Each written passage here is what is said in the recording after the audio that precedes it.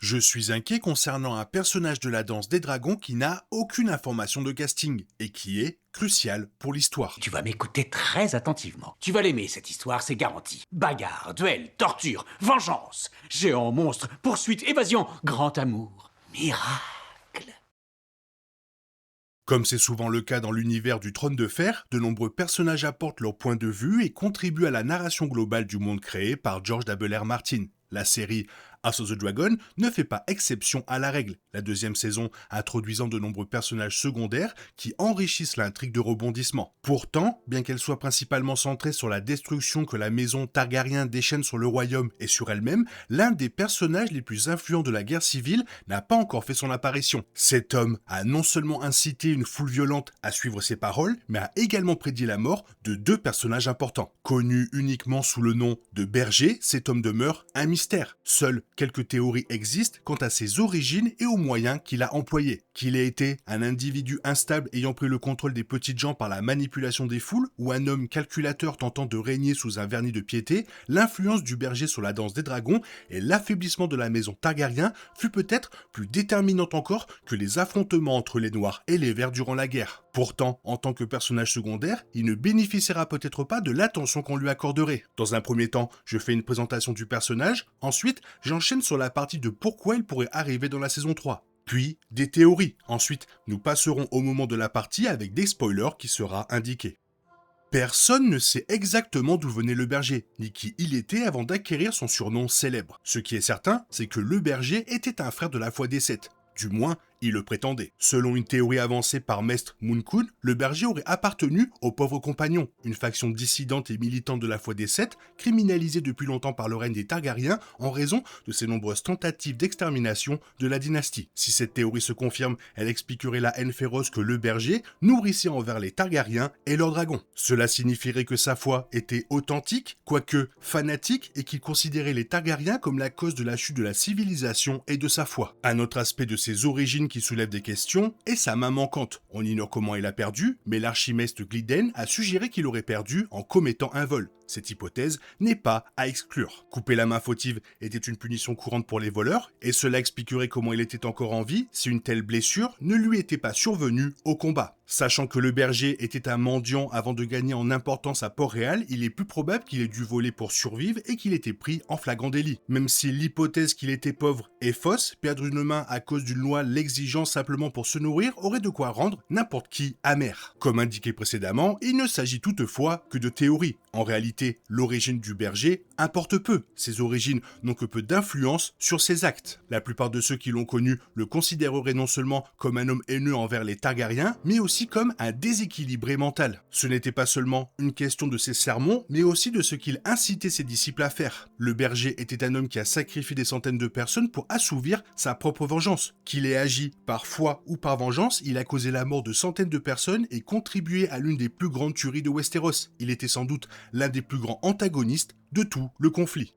Dans la saison 2, la série a délibérément alimenté le ressentiment populaire. Après la bataille du repos des Freux, Sir Criston Cole a exhibé la tête tranchée de Meleys à travers Port-Réal. Au lieu d'inspirer la crainte aux citoyens, cet acte a démontré au peuple affamé que les Targaryens et leurs dragons n'étaient pas des dieux, mais de la chair mortelle, comme l'a déclaré Hugh Marteau. Cette prise de conscience a directement préparé le terrain pour l'ascension du berger. Les citoyens comprennent désormais que ces créatures sont extrêmement vulnérables. De plus, l'hostilité populaire est devenue manifeste lors des émeutes, où une foule en colère a attaqué Alicent et Elaena devant le septuaire. Ces affrontements violents ont établi que le peuple ne respectait ni ne craignait plus la couronne. Auparavant, le meurtre du prince Jaehaerys par Blood and Cheese avait initialement retourné la ville contre Rhaenyra. Les Verts ont exécuté tous les dératiseurs de la ville en représailles au meurtre du prince. Conjuguée à leur incapacité persistante à briser le blocus naval, cette exécution de masse a rapidement retourné la colère du public contre les Verts. Les citoyens locaux étaient de plus en plus exaspérés par le manque de leadership royal efficace. Cette frustration était exacerbée par la famine qui sévissait dans toute la ville. La série évoquait à plusieurs reprises les files d'attente pour le pain et les graves pénuries alimentaires, notamment à travers les difficultés rencontrées par la famille de Hugh Marteau. Ces conditions ont engendré une population désespérée, mûre pour le discours extrémiste d'un fanatique religieux. Plusieurs théories circulent actuellement parmi les fans. La plus répandue concerne l'émeutier manchot. Dans l'épisode Le peuple de la saison 2, l'événement qui a suscité le plus de spéculations, est celui où un vieil homme a agrippé le bras de la reine Alicent lors de l'émeute devant le septuaire. Face à cette menace perçue, un membre de la garde royale, Sir Léon Estremont, a immédiatement tranché la main droite de l'homme pour libérer la reine. Après l'incident, la caméra s'est attardée délibérément sur le bras mutilé de l'homme. Les spectateurs y ont vu un lien visuel avec la description du berger dans le roman original. Dans l'œuvre originale, le personnage est explicitement décrit comme un mendiant manchot prêchant aux masses désespérées. Une autre théorie suggère qu'il s'agit d'un survivant de l'incident du couronnement, lorsque Rhaenys a traversé le sol lors du couronnement de Aegon II. Des centaines de civils ont péri. Survivre à cet événement dévastateur donnerait au prophète une vendetta profondément personnelle contre les dragons, qu'il appelle des bêtes monstrueuses.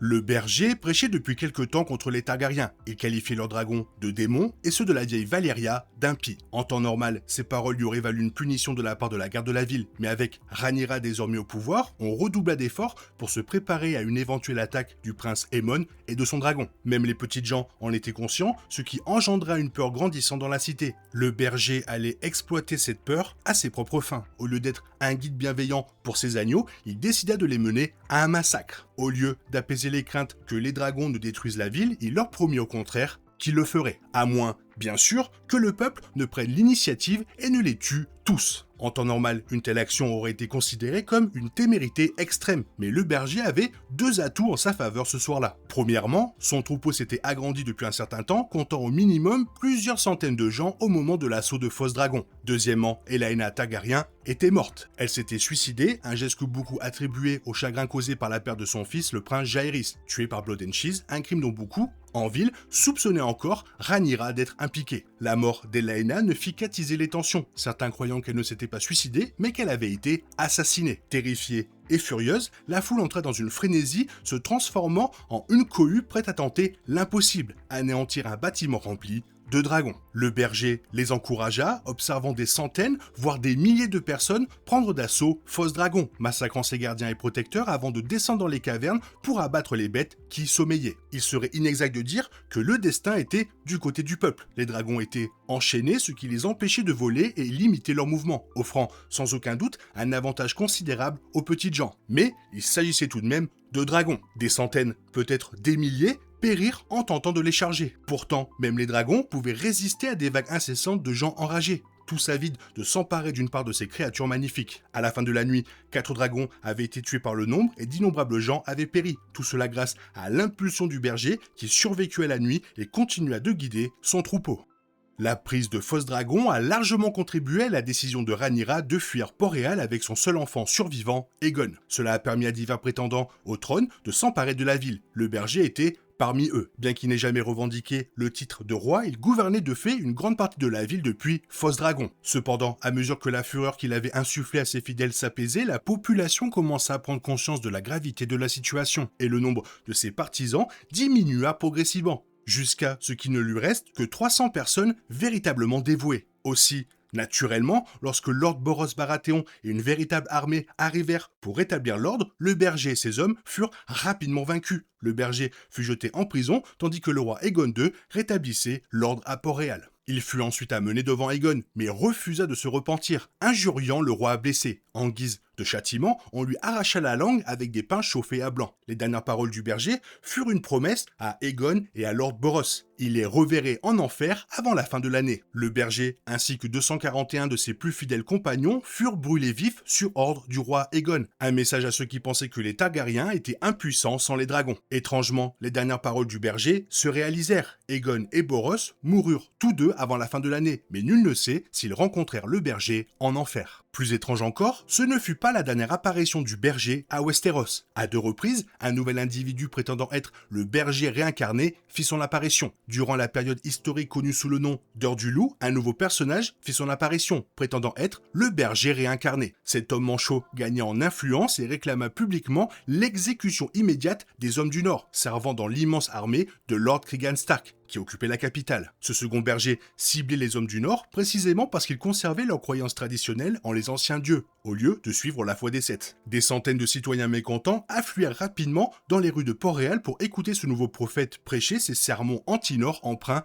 de religiosité. Les autorités réagirent promptement face à la menace grandissante que représentait ce nouvel agitateur religieux. Avant qu'il ne puisse créer une nouvelle révolte populaire, les membres de la garde de la cité, surnommés les Manteaux d'Or, l'appréhendèrent et lui arrachèrent la langue pour le réduire au silence et faire taire définitivement ses paroles dangereuses. L'héritage du prophète originel continua d'inspirer de nouvelles rébellions dans les années qui suivirent. En 133 après la conquête, un autre prophète se présenta, se faisant appeler le berger réincarné. Une nouvelle fois. Ce troisième individu fut finalement arrêté et exécuté sur ordre de Sir Victor Risley, sur ordre de Lord Unwin Peake. Quel que soit l'angle d'approche, le berger a marqué l'histoire comme un homme ayant accompli l'impossible par la seule force de sa volonté. Ses actions ont entraîné la mort de 5 dragons, de milliers de personnes, forcé une reine à fuir et ont même prédit la mort de 2 des plus puissants nobles de Westeros. Impossible de dire s'il était investi d'un pouvoir divin ou simplement un homme dont la chance malheureuse a frappé de plein fouet. La série apportera peut-être des éclaircissements sur ce personnage énigmatique. En attendant,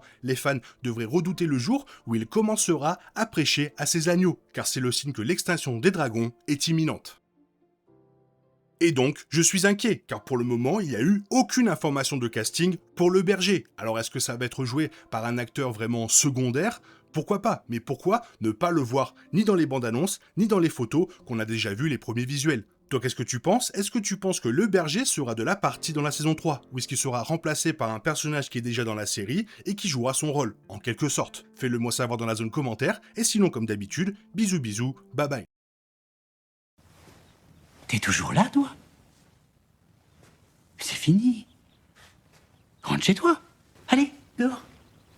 Naï, naï, naï.